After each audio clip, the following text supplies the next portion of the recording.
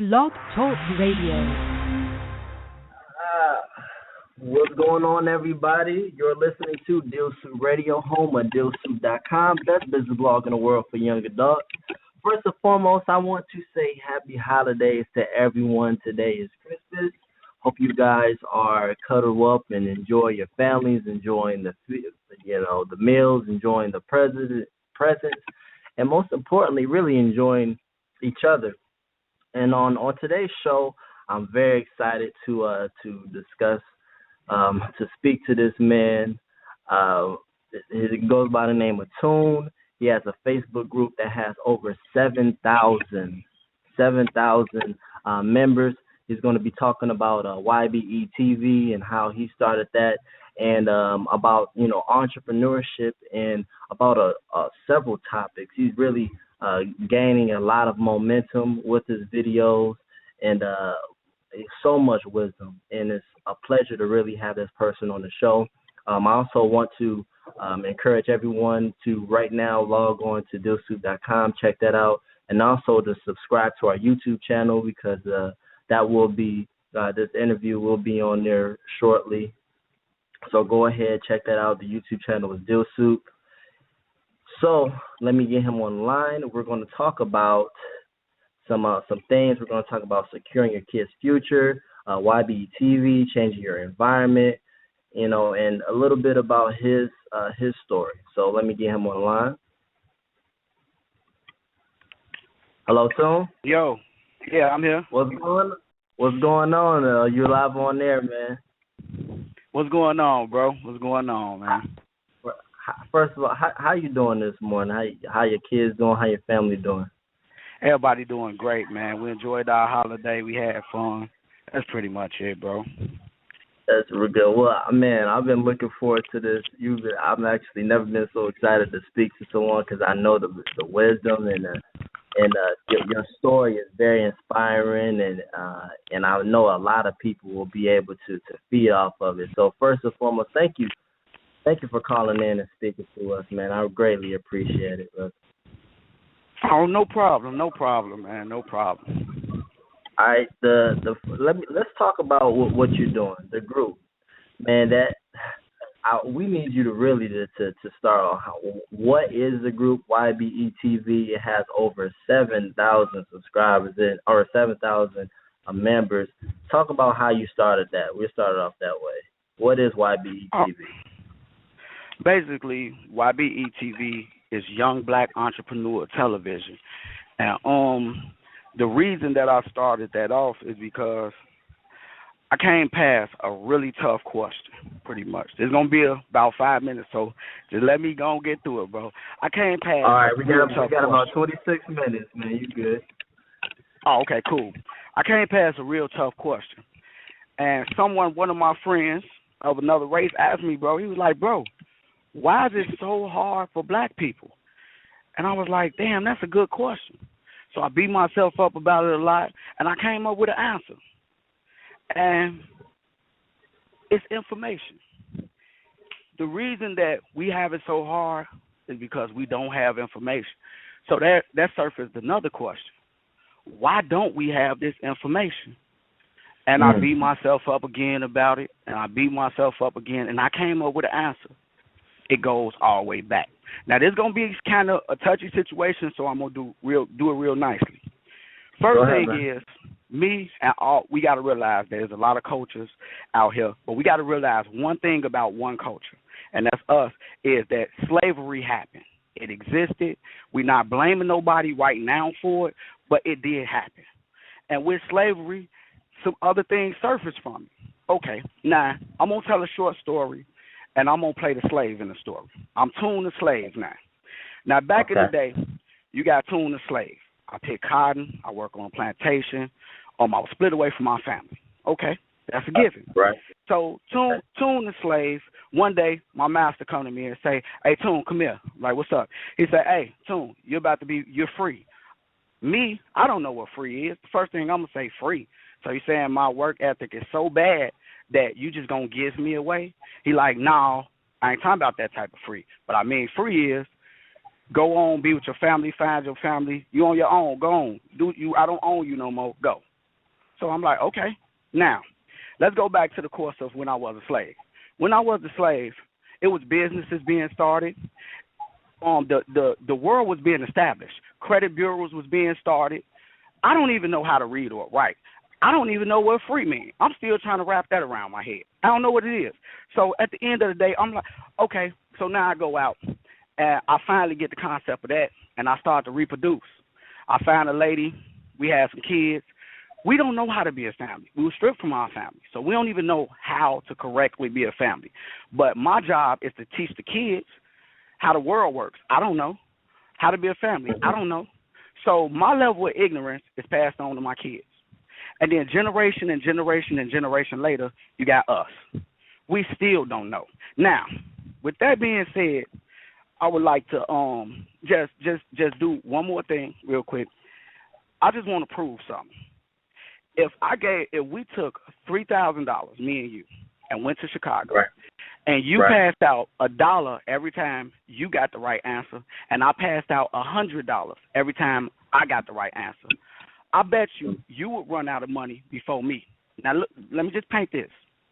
Mm-hmm. You asked the question, hey, sir, I need you in between the ages of 15 and 30. You asked him, I need you to tell me say the pledge of allegiance.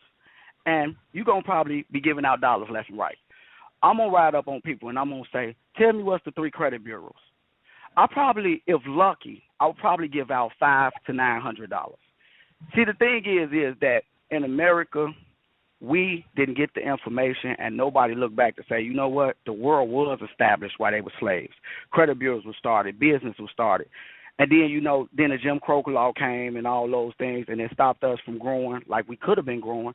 So now you stuck with a bunch of people who don't know that they don't know, and I was one of them, and I overcame it, and I'm trying to help everybody else.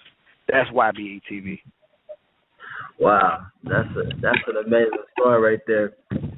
We got about 22 minutes. We got so much that we need to cover. I know that we're gonna do another show already. I can already tell we're gonna do another show. But let's briefly talk about some things. Now, I've been talking to you like hours, the first time that we first, start chopping it up.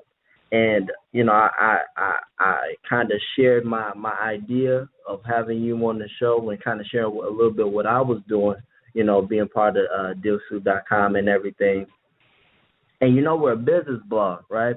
And I was talking to you, and you have like a background that a lot of people who are aspiring to working for themselves can really relate to.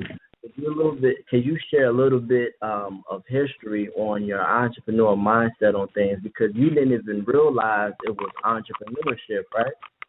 At first, just something you were doing. Can you talk about that a little bit? Pretty much. My background pretty much. I came from the street. You know what I'm saying? I hustled. I sold coke. I sold weed before. Shout out to Vulture City. Shout out to G-Town. You already know, low end. And I always wanted to be my own boss. I ain't want to hustle for nobody. And it kind of spilled over into the business sense. And when I got into business, I got to a point where I think flaws in the way some people was running their businesses. And I'm like, you know what? If I could see their flaws, I could correct my own, and I could make myself successful. So I always stayed busy. I hated downtime. I got to be doing something. I lost my job. I went and got in school for psychology. I went to school for carpentry. I learned welding. I learned to build computers. I started my own computer business. I had my own side exterminate business. I love technology. I love to learn. I talk to a lot of different people. I just love to learn, and that's pretty much it. And I learned to make money off of the things that I know. That's pretty much. Mm-hmm. So what's the philosophy and what's the mentality that people who want to be their own boss should take on, that you took on, that helped you? Pretty much the philosophy you should take is, I'm trying to think of something fly to say. Like, to be a boss, you got to think outside the box. You can't tell nobody what you can't do. You're going to have negative friends. You're going to have negative people around you.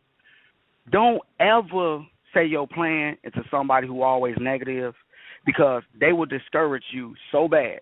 Talk to people who winning in life and what they want to do and talk to them about it. Now, I'm not downing negative people because y'all probably been through some things and that's what made y'all kind of cynic, which sometimes I be cynic about stuff that I've been through, which is normal human nature. But the only thing is you don't need that type of energy when you're trying to do something. Go to somebody else. Go to somebody else who's positive all the time and get that energy, and it will give you the confidence to do what you want to do. Hell, look at me. I'm on a radio station, and I see it's full, too. It's full. And I'm talking in front of people, and sometimes I get nervous in front of crowds. Listen to me. Do it. Do it. Remotivate yourself. Yeah, yeah. So I saw one of your videos on about how people can make, no less than $1,500 doing CDL, doing truck driving. Could you talk about your business that you do regarding the truck driving thing? We got about 18 minutes. Touch on that. Okay. I want to touch on things too for people listening. Oh yeah, man, I'm loving it. I'm loving it, bro. Yeah, the CDL thing, man, it's a gold mine. Anybody who aspiring to be a truck driver to go into it, like, when you first start out, you can start out in between, like, just learning it 20, 30, 40, 50,000. And the more you learn, the more you soak this stuff up, the more money in it. Bro, I know a guy, I ran into this guy at the TA. This was the most paid guy I knew. He had 2 trucks, just 2. He was like, man, well, my company, my 2 trucks that I run on the side, plus is on, well, you might as well say 3, I'm sorry, 3. This dude made like $3 million a year. His business grows $3 million a year off 3 trucks, and he was a heavy hauler. I was addicted. It was like porn to me. I could not stop watching success stories in it and wanting the money. And I got myself up to a point, I think my max in 1 year when I was working with a company called SLT, my gross for the year with 1 truck was like $348,000. I cannot make this up. That's before expenses, y'all. I ain't trying to be fun. That's before expenses. But I did good that year. I did real good that year. So go for it. Money in it. So really, you just you was in it. You was inspired, and you needed something to motivate you. Because did you even know anyone that was into the type of business you was in? What actually happened is I ended up I came out the extermination field. I was an exterminator. Everybody would know me. I was an exterminator for like 5 years. And let me touch this real quick because I know that we got to cover so many points, man. But this is very important to me. Is you utilize all of the experience that you had and you put it all into one spot because people don't know, like, every job, despite if it's good or bad, it can always be utilized as experience. It's something that you can take and apply to your life, whether you working at McDonald's or you working on cars, whether you working in the hospitality area, whether you working for any hotel, motel, utilize all of your resources and all of your job experience to the best of your ability. There's always something that you can withdraw from that. But go ahead. I didn't mean to cut you off. You just turned me on another point. You said McDonald's. I actually got my first job was McDonald's. When I came fresh out the street, I'm gonna put it out and be real and raw because that's why people like it. I had an 8-ball of cocaine. My daughter was about to be born. I got locked up on a misdemeanor. That was the night I decided, like, you know what? I ain't gonna do this no more. I'm done. That's it. I took the 8-ball of cocaine. I flushed it down the toilet stool, and I said, you know what? I'm done. I'm not going back because it's either I'm gonna be a kingpin or I'm gonna work a job. I chose work a job. I don't want to be no kingpin. So that's what it was. I went to McDonald's. And I got the gift of gab, as some of y'all might be able to notice. I got the gift of gab. I swear to God, I used to have customers in my line on the front. And we'll have a short conversation in between them ordering their food. I swear to God, I cannot make this up. I make them laugh sometimes. They'll start laughing and this, and this. We would have a crowded store sometime, and I would notice that those same customers would come in the next day and get in my line just for that short amount of conversation. And it blew my head up. I'm like, I noticed that. I'm like, wait. It's a short line right there, but you're going to get behind 8 people just so you can talk to me? And it wasn't because I was handsome, because I looked real jacked up at work. I had on a hairnet, my face was all bumpy, and all types of stuff. So I'm like, it's not my appearance, and I smell like French fries. So it ain't my appearance. What is it? It's my conversation. And I swear to God, people was actually calling in to corporate about me. The dude who owned the McDonald's, his name was Rufus Porter. He used to always wear Ben's jacket. And he brought it to my attention, like, man, I've been hearing a lot of good things about you. I ain't know nobody was talking about. I'm like, what you talking about? Good things about me? Like, you trying to hit on me or something, Rufus? I ain't with that. He like, no, man. Look, basically, I heard some good things about you. Basically, the customer's been calling in to corporate, man, and corporate sent you this pen. After that, I knew I had the gift of good customer service. And I didn't learn to use that for myself until years later. And I know that you, man, you didn't tell me that off air. that's a wonderful, that's a beautiful thing right there. People, and I think people kind of underestimate, their job experience. Just because it's something that they might not be that they might not like. I would say majority of the people, in today's society, they do not, like their job, which is why a lot of people go into their own business, which is why I wanted to go in to working for myself. But at the same time, I'm grateful for the experience that I've accumulated from all the jobs that I worked, that I can apply it to my life. I used to work at a collection agency, and I utilized the skip tracing ability that we were trained on, to find the different opportunities because you, as a collector, you have to skip trace and Google and search people online, and I utilize that tool to the business. So I just appreciate you, sharing your, story of your experience. And I know a little bit about, ever since we've been chopping it up, I know a little, your experience that you share with me. So I appreciate you for calling in. But once again, guys, we got Tune on the radio, Dealsoop Radio, home of dealsoop.com. Just, a true entrepreneur at heart. Sharing his story to hopefully inspire you guys to move forward. All right, let's talk about some things. We got about 12 minutes, man. First of all, let me ask you this: would you mind doing another show? Because I'm really liking the way this is going. Or would you do another show with man. Us? We could do one every day, man. I don't care, man. I do a show, cook dinner, watch the kids, babysit, do hair, like at the same time. I love it. I love doing it. Let's do it all the time. Let's do it. All right, well, let's pick another topic. We got 11 minutes now. Let's pick a topic. Secure your kids' future or change your environment. You pick. I'll let you choose. Okay, I'm gonna have to go with changing your environment, Alex, for 200. Yes, changing your environment. All right, why is that important? And how is that important? What surrounds you molds you, is my saying. What surrounds you molds you. If you take Tarzan out the jungle and you sit him, put a business suit on him, and throw him downtown. Now, don't get me wrong, it's going to be a whole new world to him. He's going to be like, guy, what that? No lion. He's not going to know what's going on. But over time, you know what I'm saying, he gonna start to kind of get it. Like, next thing you know, a year later, you're going to hear him like, Starbucks, coffee good, I like, pretty lady, dress. Next, he going to start to get it.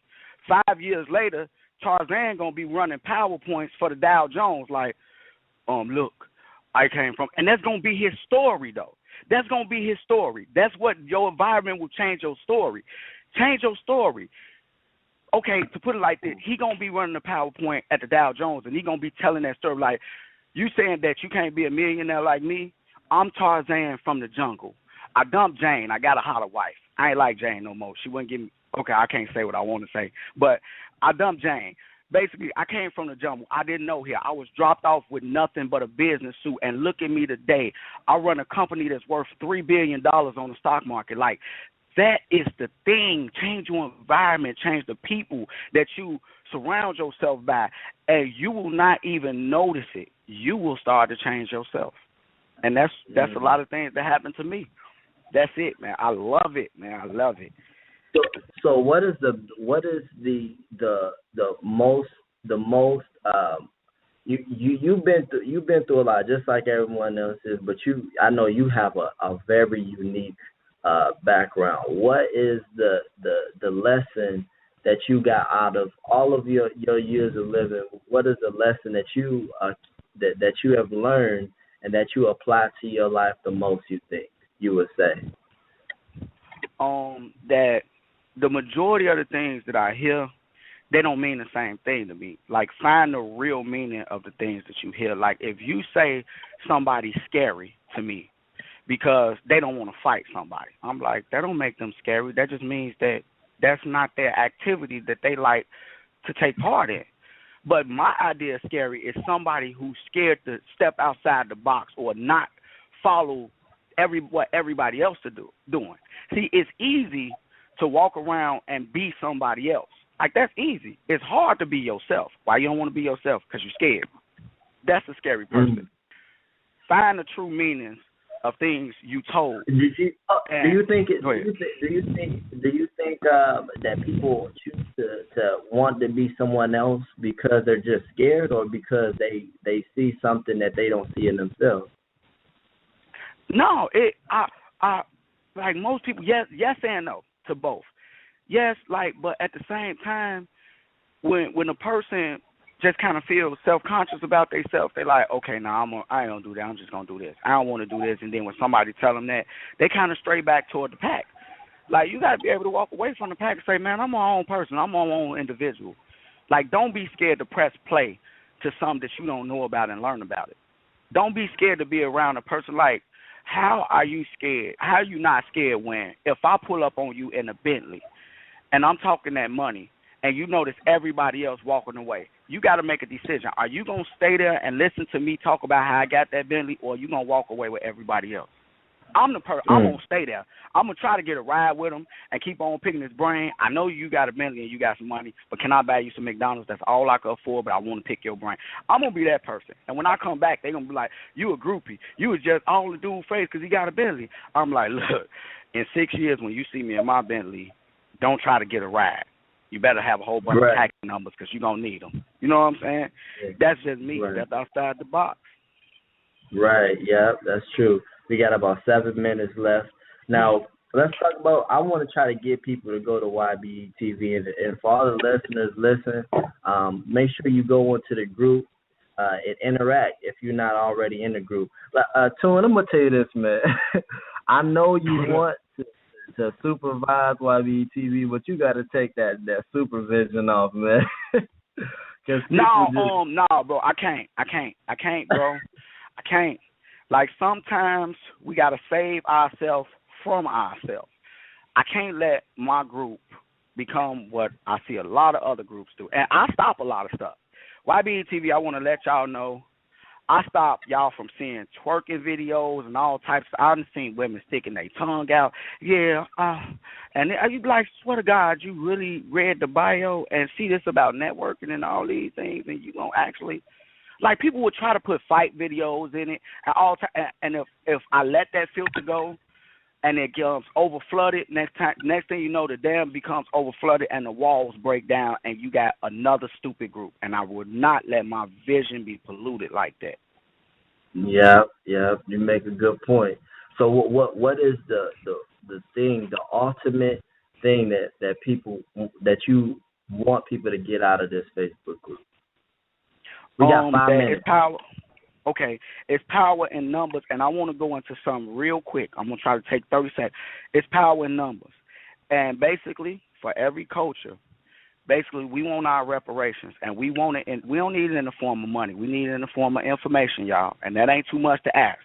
And what only thing I want to do is I got a vision, and my vision is something so small, like instead of in black schools, them saying the Pledge of Allegiance, I want them to say a I understand speech. Instead of putting your hand over your heart and saying that, I want you to say a I understand speech to all your kids.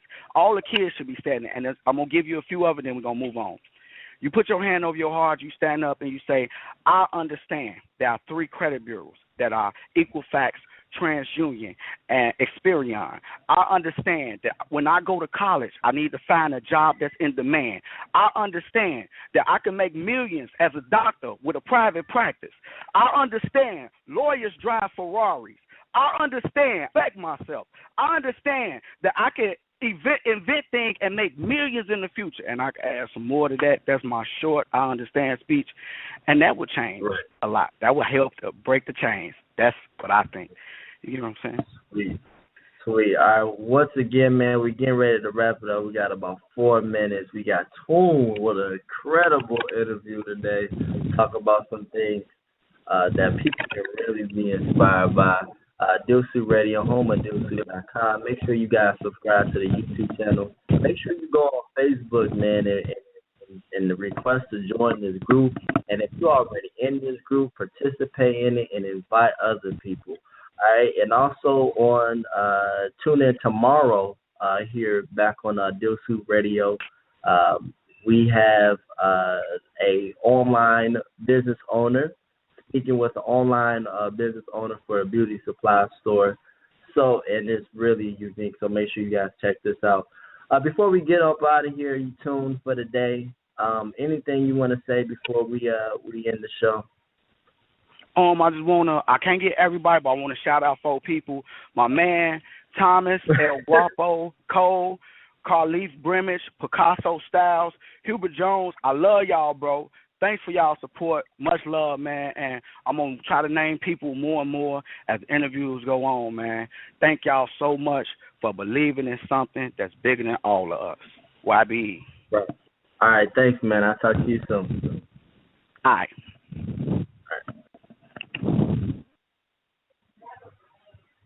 All right, once again, guys, that was Toon. Great interview, man. That was that has to be one of my favorite interviews.